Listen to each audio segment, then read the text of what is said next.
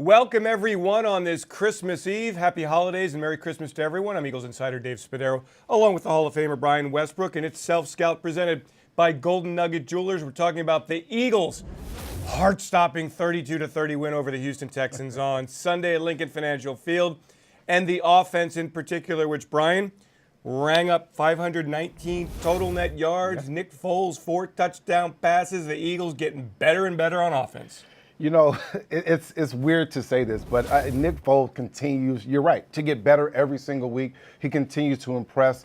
This offense as a unit has played better and better and better. Certainly starts up front. Our receivers have had a day, and Zach Ertz, what else can you say about the kid? He continues to impress every single week. He gets it done. And for the Eagles, look, I mean, they saw a weakness with the Houston Texans. Houston coming into this game down some players in the secondary and then losing 3 players during the game on Sunday. And the Eagles went bombs away. And Nick Foles going vertical. Down the field to Alshon Jeffrey. Down the field to Nelson Agholor. Perfect strike for an 83-yard touchdown play. And then underneath to Ertz and to Goddard. And this is the way the offense is drawn up, Brian.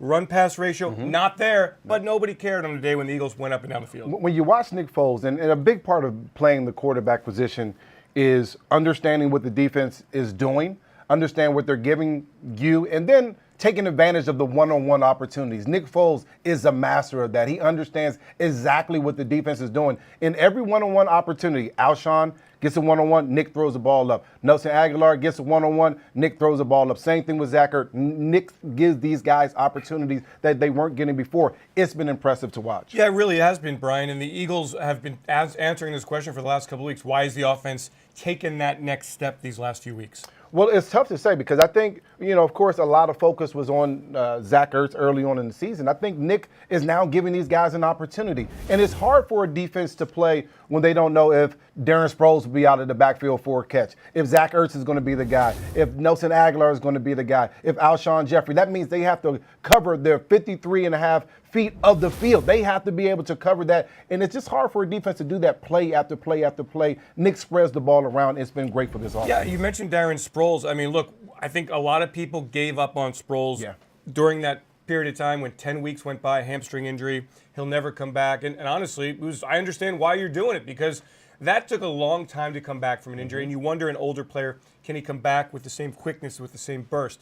And boy, oh boy, he does. This this man, this experienced NFL player is a freak. I went back and watched the tape again this morning, and as I'm watching it, I'm thinking of how I felt when I was 30 years old, 31 years old in the NFL, and I knew every single game. There was just times where I just didn't have it anymore. And then I watched a game yesterday, and Darren Sproles, 3rd down, 4th down opportunities. He's catching the ball out of the backfield. The defenders a little bit too slow to get out there to get him. Then he's just breaking tackles, getting into the end zone. It's been impressive to watch him in the way that he affects the game in the pass game, but also in the run game. You mentioned the 4th down. Doug Peterson went for it 4 times on 4th down, converted all 4 of them, the first of which late on that first drive, 4th and 1, and Foles goes to Sproles, touchdown. Brian, I love the design of this play. I love the recognition of this play. The Eagles clearly saw that they could get the ball to Darren Sproles quickly in space in one-on-one coverage, and the Texans had no answer. We used to do this play an awful lot, and Andy would always say, just get the ball in Westbrook's hands and let him just go do his thing.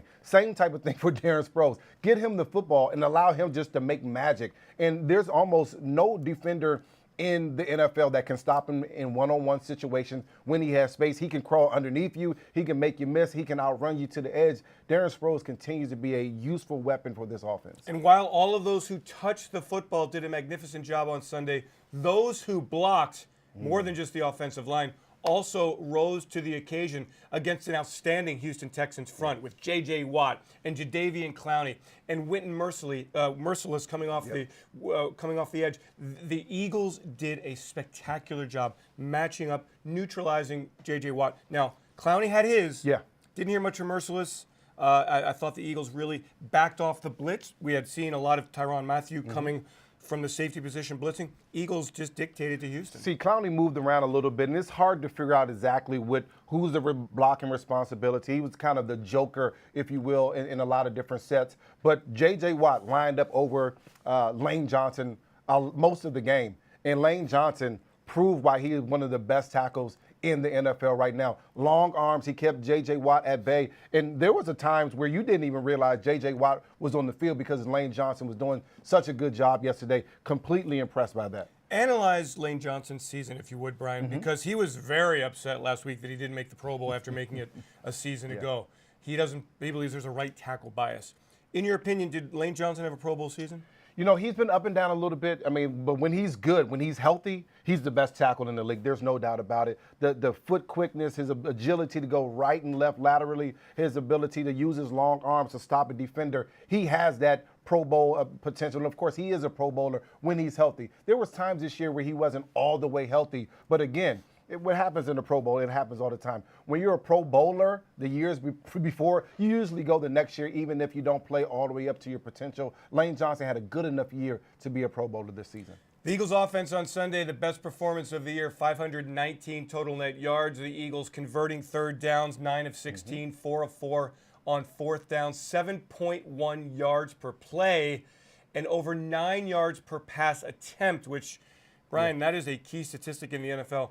The Eagles' pass game has gone vertical, and we love it. Big-time plays down the field. You're giving these guys, and we have some playmakers. You have to give them an opportunity. You're giving these guys like Nelson the ability to make a play, one-on-one play. Go make the contested play. You're giving a guy like Alshon with – you're talking about his entire career. He's been a big body receiver that can make those 50-50 catches, contested catches. He's done that the last couple of weeks. Nick Foles gives him those opportunities. And there you go. So the Eagles getting thumbs up all around for the performance on Sunday against the Houston Texans. That is our Self-Scout presented by Golden Nugget Jewelers, where Philly gets engaged.